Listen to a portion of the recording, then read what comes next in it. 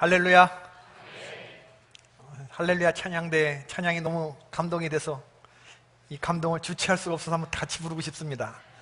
찬양이 은혜가 되면요, 같이 따라 부르고 싶은 건 저만의 생각입니까? 299장 하나님 사랑은 내 마음에 부어주시사 충만케 하소서. 독생자를 보내주신 사랑도 감사하고, 파워포인트 좀 띄워주시고요. 299장 하나님 사랑.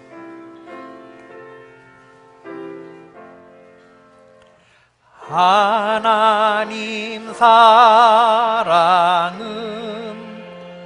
온전한 참 사랑, 내 맘에 부어 주시사 충만케 하소서. 내 주님 참 사랑 햇빛과 같으니 그 사랑 내게 비추사 뜨겁게 하소서. 그 사랑 앞에는 풍파도 그치며 어두운 밤도 환하니 그 힘이 크도다. 하나님 사랑은 온전한 참 사랑, 내 맘과 영에 채우사 새 힘을 주소서. 아멘.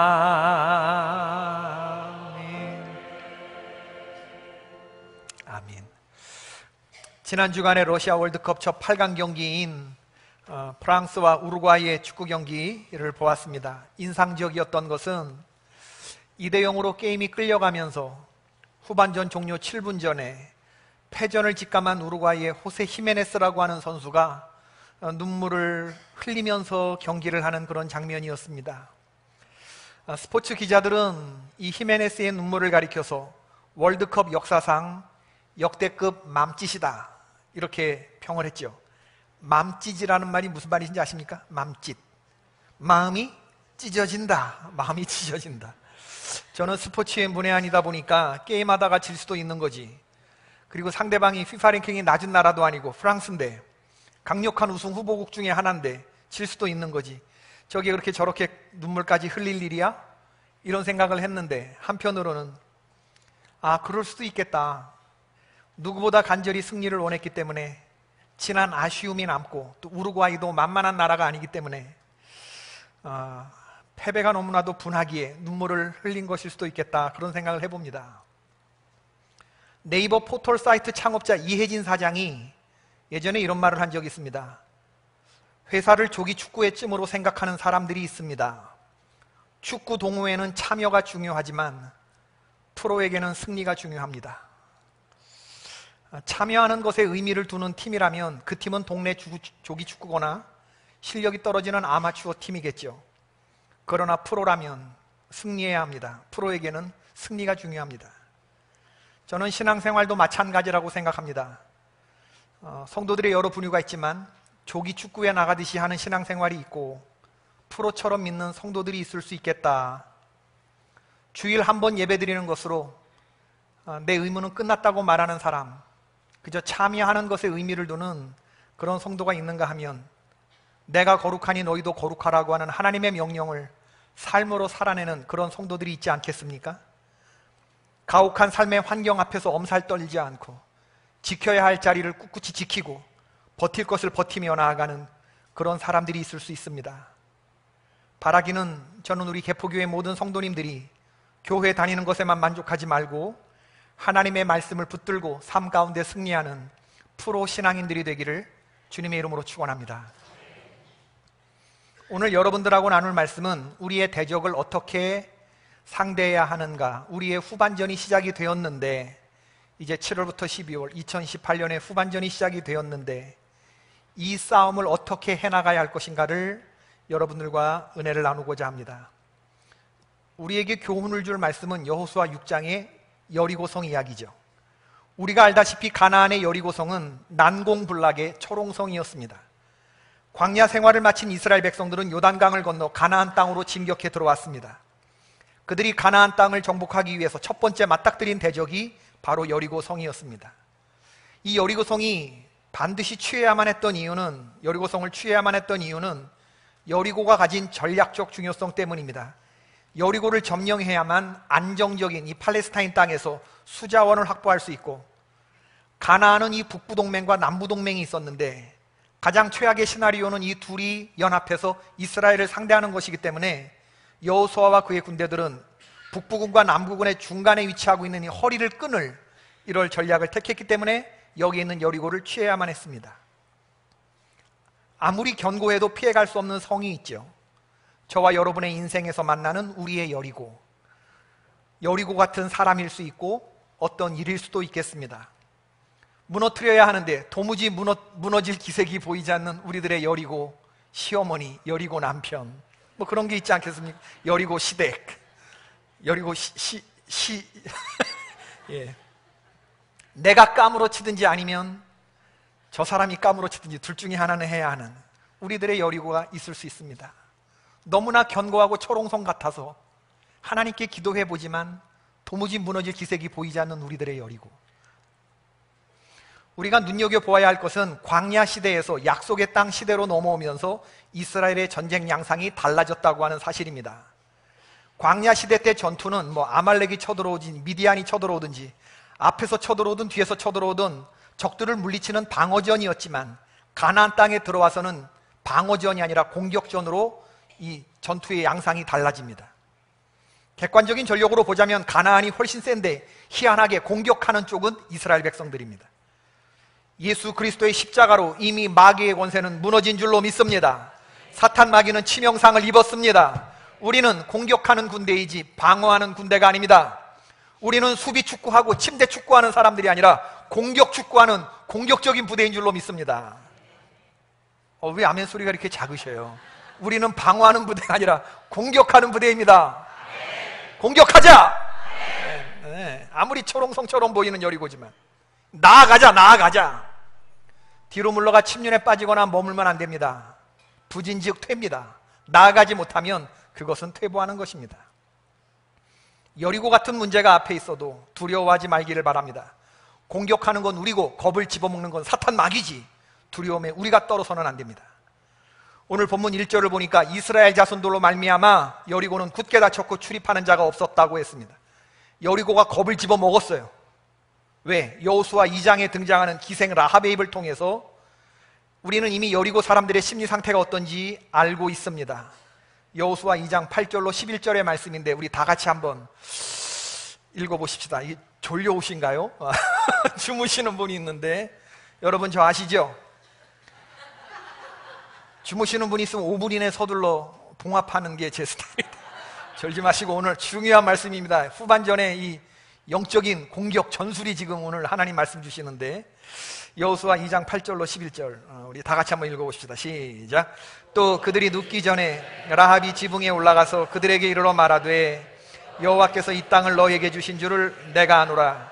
우리가 너희를 심히 두려워하고 이 땅 주민들이 다 너희 앞에서 간담이 녹나니 이는 너희가 애굽에서 나올 때에 여호와께서 너희 앞에서 홍해물을 마르게 하신 일과 너희가 요단 저쪽에 있는 아모리 사람의 두 왕 시온과 옥에게 행한 일 곧 그들을 전멸시킨 일을 우리가 들었음이니라.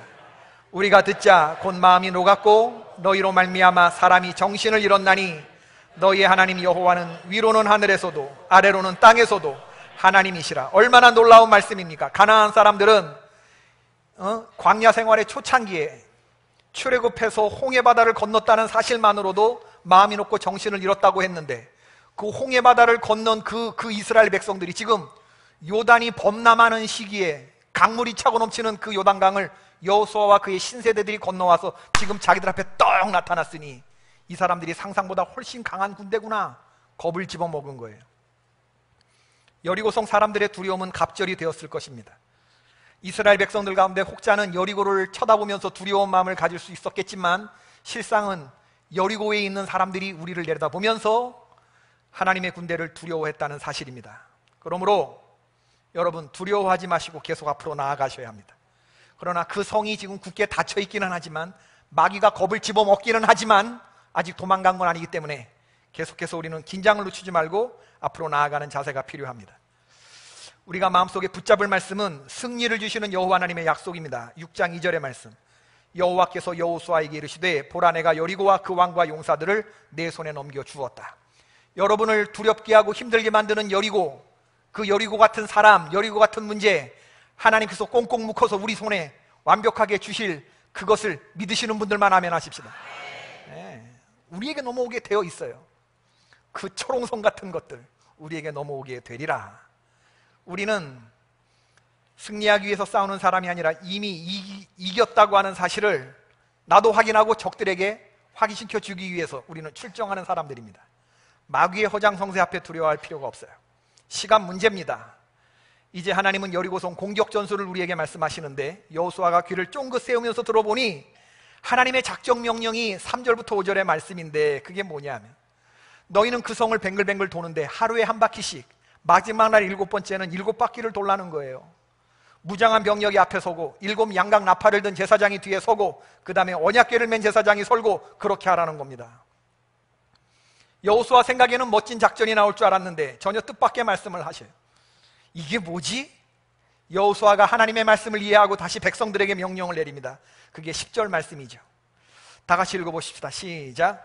여호수아가 백성에게 명령하여 이르되 너희는 외치지 말며 너희 음성을 들리게 하지 말며 너희 입에서 아무 말도 내지 말라. 그리하다가 내가 너희에게 명령하여 외치라 하는 날에 외칠지니라.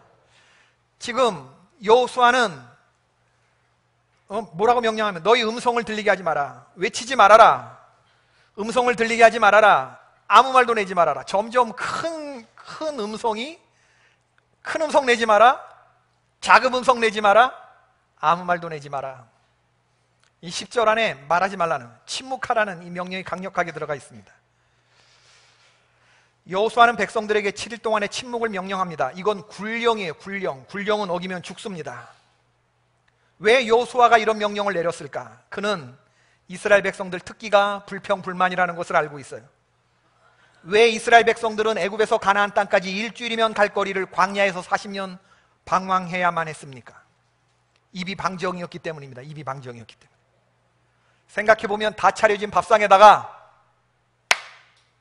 콧 빠뜨린 게 한두 번이냐 이거죠. 입이 방정. 입을 어떻게 해야 돼요?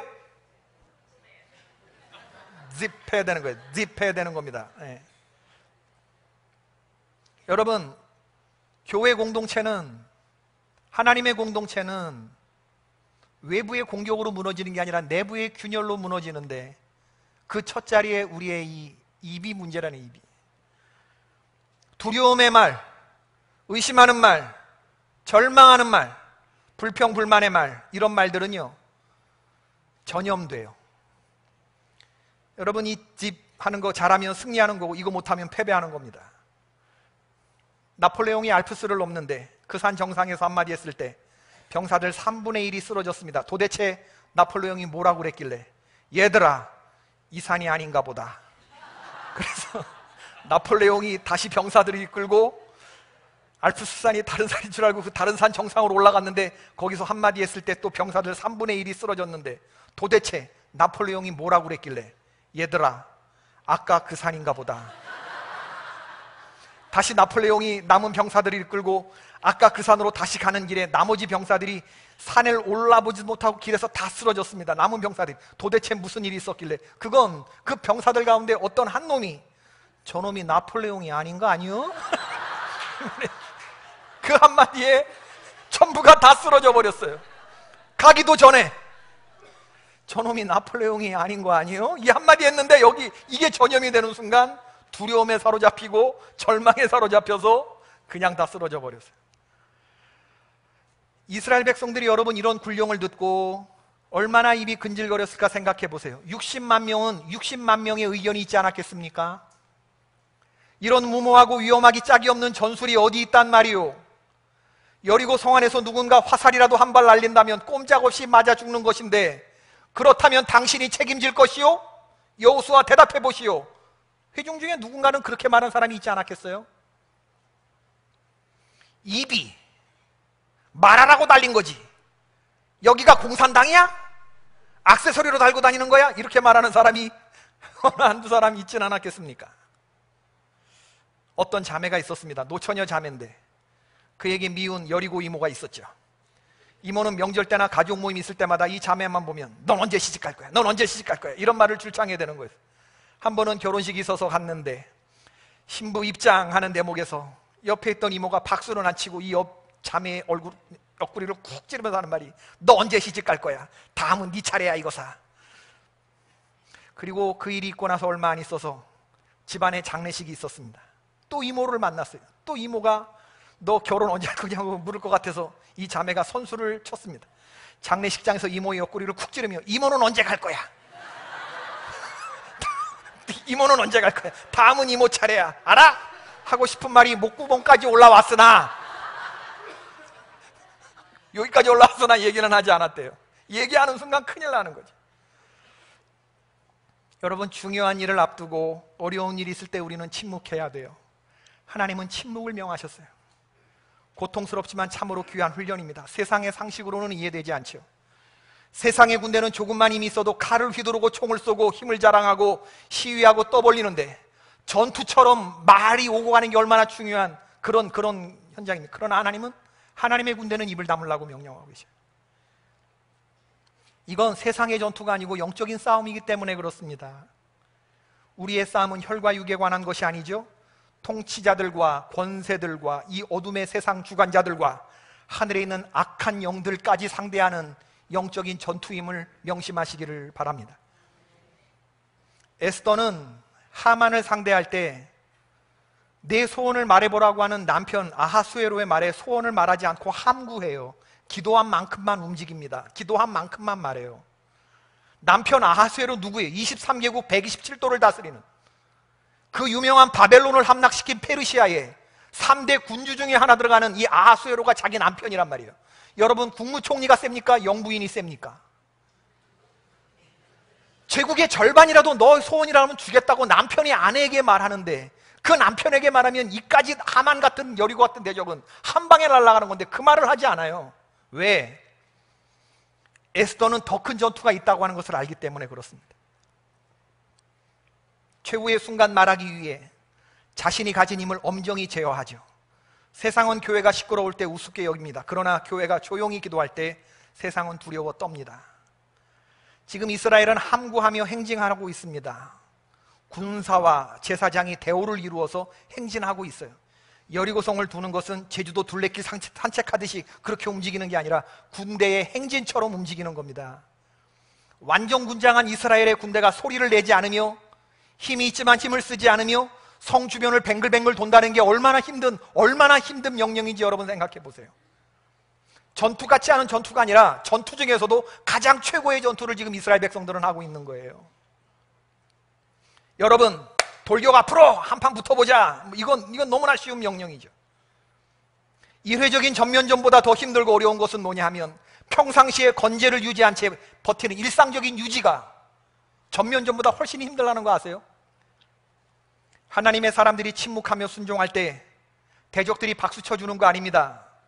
노아가 방주 만들 때 사람들은 박수 치지 않고 조롱했죠. 하나님의 사람들이 참을 때 세상 사람들이 잘 참는다고 칭찬하지 않아요. 너희들이 이래도 돌래? 너희들이 이래도 돌래? 어디 이것까지 한번 참아봐. 이것까지 참아봐. 우리를 조롱하고 비웃지. 그러나 끝까지 인내해야 될 줄로 믿습니다. 하나님은 이스라엘 백성들에게 격려 차원에서 사흘쯤 되었을 때 벽에 금이 가거나 한 닷새쯤 됐을 때 벽돌 하나가 흔들리다가 떨어지는 그런 징조를 보여주셨다면 인내하기 훨씬 쉬웠겠지만 일곱 바퀴째 다 될 때까지 여리고성에 돌 하나도 꿈쩍하지 않았다는 것을 우린 기억해야 돼요. 인내라는 게 그런 거고 순종이라는 게 바로 그런 것입니다. 이 눈에 아무 증거 아니 배워도 믿음만을 가지고서 늘 걷는다는 게 얼마나 어려운지 아세요? 여러분, 마지막 날 일곱째 날에 오늘 말씀에 나와 있는 15절의 말씀, 일찍 일어나서 전과 같은 방식으로 오늘 우리의 삶을 믿음으로 유지하며 나아간다는 게 얼마나 힘든지 아세요? 이 눈에 아무 증거가 안 보이는데 전과 같은 방식으로 믿음의 순전함을 지킨다는 게 얼마나 힘든지 아세요? 창세기 7장 10절에 노아가 방주를 짓고 100년 동안, 그리고 방주 안에 들어간 다음에 비가 언제 온지 아세요? 배 안에 들어갔는데 7일 뒤에 비가 왔어요. 여러분 생각해 보세요. 100년 동안 배를 지었어요. 그리고 가족들 데리고 다 들어갔어요. 근데 비가 안 와요. 사람들이 얼마나 웃겠어요. 그렇게 배 안에서 7일을 있었어요. 7일 지난 다음에 비가 내렸어요. 노아는 그렇게까지 순종했어요. 인내란 그런 것입니다. 본문에 일곱이라고 하는 단어, 숫자에 주목하십시오. 일곱이라고 하는 단어가 11번 등장하고 하나님의 말씀, 언약궤라고 하는 단어가 13번 등장합니다. 하나님의 완전한 때가 이를 때까지 말씀을 믿고 끝까지 인내하고 순종하는 저와 여러분 될 수 있기를 바랍니다. 또 하나 살펴볼 것은 뭐냐 하면 탐욕을 제어하라고 하는 하나님의 명령이에요. 여러분, 원시적인 싸움의 형태에 있어서 승리한 군사들에게 전리품이라고 하는 게 얼마나 반짝반짝하고 알토란 같은 것으로 여겨졌겠습니까? 전리품은 승자의 마땅한 몫입니다. 그런데 하나님은 거기에 손대지 말라고 그래요. 탐심을 제어하라고 하는 명령이죠. 17절에서부터 19절의 말씀 다 같이 읽어보십시다. 17절과 19절의 말씀 시작. 이 성과 그 가운데 있는 모든 것은 여호와께 온전히 바치되 기생 라합과 그 집에 동거하는 자는 모두 살려주라. 이는 우리가 보낸 사자들을 그가 숨겨주었음이니라. 너희는 온전히 바치고 그 바친 것 중에서 어떤 것이든지 취하여 너희가 이스라엘 진영으로 바치는 것이 되게 하여 고통을 당하게 되지 아니하도록 오직 너희는 그 바친 물건에 손대지 말라. 은금과 동철 기구들은 다 여호와께 구별될 것이니 그것을 여호와의 곳간에 드릴지니라 하니라. 여리고 성과 그 가운데 있는 모든 것을 여호와께 온전히 바쳐라. 두 가지 의미가 담겨 있는데 하나는 진멸하라, 박멸하라고 하는 의미가 담겨 있습니다. 남녀노소 살아 숨쉬는 모든 가축은 유생 영양들은 전부 다 죽여라 하는 이 진멸의 의미가 있어요. 이건 굉장히 잔인한 명령으로 들릴 수 있죠. 노소가 있지 않겠습니까? 노인과 여자와 어린아이가 있지 않았겠어요? 근데 그런 것까지 다 죽여야 돼. 가축까지 다 죽여야 돼. 아니, 그거 가지고 있으면 그 알토란 같은 것이 될 텐데. 그러나 하나님은 그거 다 죽이라고 명령하셔. 왜냐? 하나님의 사람들이 죄악 세상과 타협할 수 없다는 것이 하나님의 생각. 이거 내버려 두었다가 하나님의 사람들이 오염될까 봐 하나님이 걱정하시고 염려하셨습니다. 여리고는 포용의 도성이 아닙니다. 죄에 대한 하나님의 분노를 보여주기를 원하셨어요. 구제역이 발생하면 그 지역의 가축들 가엾지만 모두 살도살 처분하지 않습니까? 왜 그렇습니까? 아깝지만 도살해야 하는 겁니다. 아까워했다가 크게 화를 당한 사람이 한둘이 아닙니다. 아간이 그렇고 사울왕이 그렇죠. 골로새서 3장 6절의 말씀, 땅에 있는 지체를 취하라 버려라. 땅에 있는 지체를 취하라 버려라. 뭐라고 그러셨어요? 성경은 대답하셔야 설교가 빨리 끝나잖아요. 땅에 있는 지체를 버려야 합니까? 취해야 합니까? 버려야 돼요. 땅에 있는 지체는 뭐예요? 곧 음란과 부정과 사욕과 악한 정욕과 그 다음 뭐예요? 탐심이니 탐심은 곧 우상숭배다. 할렐루야. 탐심은 곧 우상숭배다. 이것들로 인하여 하나님의 진노가 임하니라. 진멸의 의미가 있고 또 하나는 봉헌의 의미가 있습니다. 여리고 전투는 여호와께 속한 거룩한 전쟁이지 이스라엘 백성들이 노략질하는 전쟁이 아니거든요.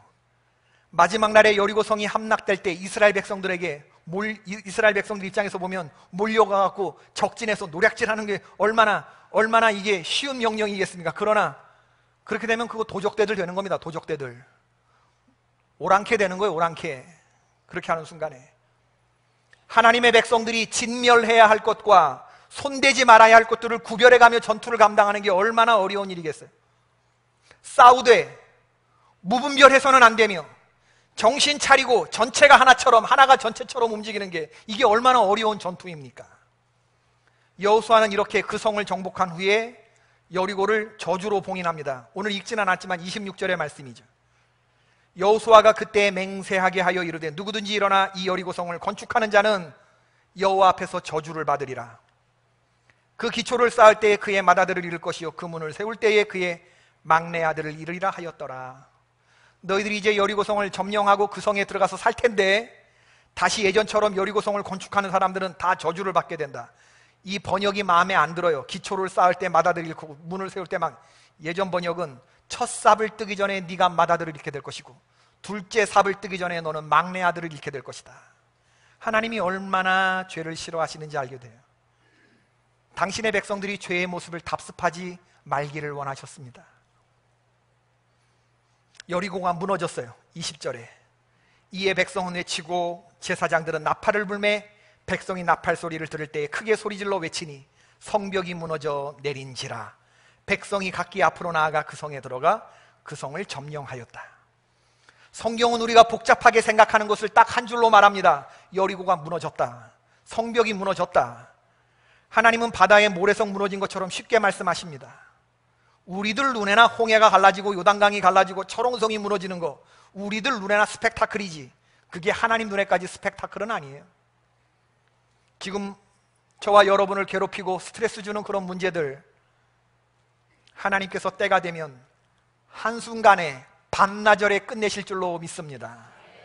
반나절에 이 전투가 끝나요. 싱겁게 난공불락의 요새가 이스라엘 백성의 수중으로 떨어집니다. 반나절에 끝나요. 비온 뒤에 무가 뽑히듯이 그런 역사가 있을지어다. 폴 톰스 목사님이 여호수아 6장을 주석하시면서 이렇게 썼어요. 여리고성 전투에서 주는 중요한 교훈은 이 전쟁의 진짜 적은 여리고 군사들이 아니었다는 사실이다. 이 싸움은 하나님의 백성들 자신과의 싸움이었다. 하나님께서는 여리고를 파괴시키기 위해서 당신의 힘을 쓰지 않으셨다.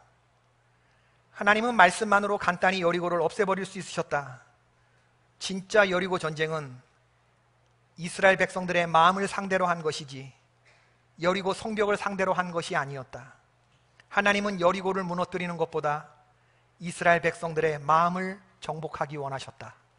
진짜 그렇습니다, 여러분. 가나안 정복의 첫 전투에서 여리고성을 통해서 하나님은 눈에 보이는 여리고를 무너뜨리기 앞서서 먼저 이스라엘 백성들의 마음의 여리고를 무너뜨리고 있다는 거예요. 여러분, 우리 마음속에 있는 큰 여리고는 우리의 대적에게만 있는 게 아니고 우리 안에도 있거든요.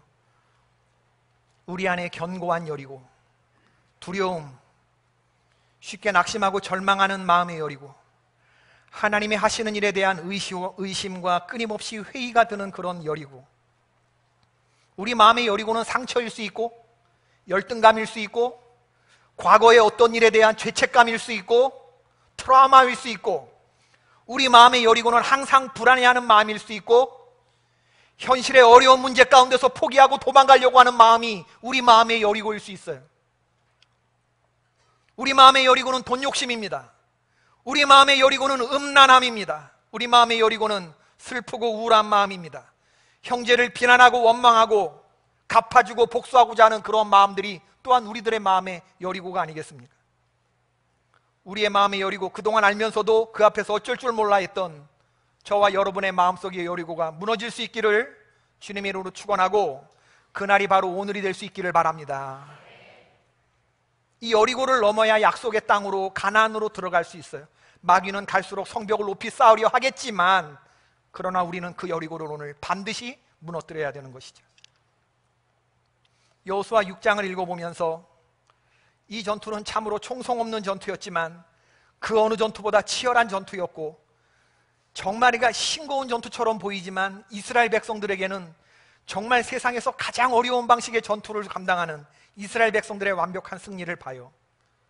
여러분, 영적 전투는 이렇게 하는 겁니다. 우리들의 삶의 이 2018년 후반전에 이런 놀라운 하나님이 원하시는 승리가 경험될 수 있게 되기를 바랍니다. 우리는 가만히 있어 주가 하나님 됨을 알지어다. 이걸 증명해내는 저와 우리 교회가 될 수 있기를 바라요. 우리가 그럴 수 있을까? 우리가 입을 닫을 수 있을까? 하루에 한 바퀴씩 돌고 마지막 날 일곱 바퀴 도는 그러한 순종을 우리가 보일 수 있을까? 이 눈에 아무 증거 아니 보이는데, 햇볕은 쨍쨍, 모래알은 반짝인데 승리의 목전에서 더 가혹해지는 칠흑 같은 시간들을 우리가 좀 더 버텨낼 수 있을까? 하루에 한 바퀴씩 돌고 마지막 일곱 바퀴 도는 때는, 일곱째 날에는 더 큰 승리의 바로 목전에서 더 큰 순종이 요구되는데 우리가 그렇게 할 수 있을까? 여러분, 인생의 어두운 시기를 지나고 계시는 분들 계십니까? 지금 칠흑 같은 시간들을 보내고 계시는 분들 계세요? 제가 하나님의 마음으로 여러분들에게 권면합니다. 약속의 말씀을 붙들기를 바라고, 더욱더 기도에 집중할 수 있게 되시기를 바라고, 더욱 예배의 자리에 나오시기를 주의 이름으로 축원합니다. 시간 문제입니다. 이제 거의 다 왔어요. 승리의 목전에서 일곱 바퀴 도는 마지막 순종이 지금 우리에게 필요하다고 하는 사실. 이 전쟁은 칼과 총의 전쟁이 아니라 여호와의 말씀을 가운데 놓고 싸우는 전쟁임을 기억하고, 외부의 대적도 여리고지만 내 안의 여리고를 정복하는 것이 하나님의 뜻이라는 것을 기억하면서 죽고 사는 것이 하나님의 말씀에 달려있다, 죽고 사는 것이 기도에 달려있다, 죽고 사는 것이 예배에 달려있다, 이 마음을 품고 하나님께 붙들고 나아가는 여러분들 되기를 바랍니다. 내 마음에 아우성치는 모든 것들을 믿음으로 묶으십시다. 승리를 선포하며 나아가는 하나님의 백성들이 되는 우리 멋진 개포교회의 권속들이 되기를 주님의 이름으로 축원을 드립니다. 할렐루야, 아멘. 다 같이 일어나셔서 찬송.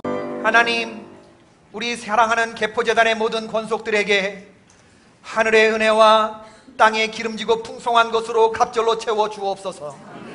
건강을 주옵소서. 믿음을 부어 주옵소서. 하나님, 물질을 채워 주시옵소서. 더욱더 감사의 조건이 차고 넘칠 수 있도록 우리 하나님 하늘을 활짝 여시고 부어 주옵소서. 누르고 흔들어 풍성해질 수 있도록 인도하여 주옵소서. 우리는 하나님의 백성이며 여호수아의 군대인 줄로 믿사오니 후반전에 놀라운 승리가 경험되게 하여 주시옵시고, 하나님의 자랑스러워하는 공동체를 이루어 주님의 기쁨이 되게 하여 주옵소서. 우리를 대적하는 모든 사탄막이 한 길로 왔다가 일곱 길로 도망가는 역사가 있게 하여 주옵소서. 나사렛 예수 그리스도의 이름으로 명하노니 모든 더러운 것들은 성도들 가운데서 떠나갈지어다. 이제는 우리 주 예수 그리스도의 은혜와 하나님 아버지의 지극하신 사랑과 성령님의 감화하시고 감동하심이 주님의 하나님 여리고를 향하여 나아갈 때 행진하고 하나님 엄정하게 마음을 지키며 승리를 향해 나아가는 주의 종들에게 이제부터 영원까지 함께 하시기를 간절히 축원하옵나이다. 아멘.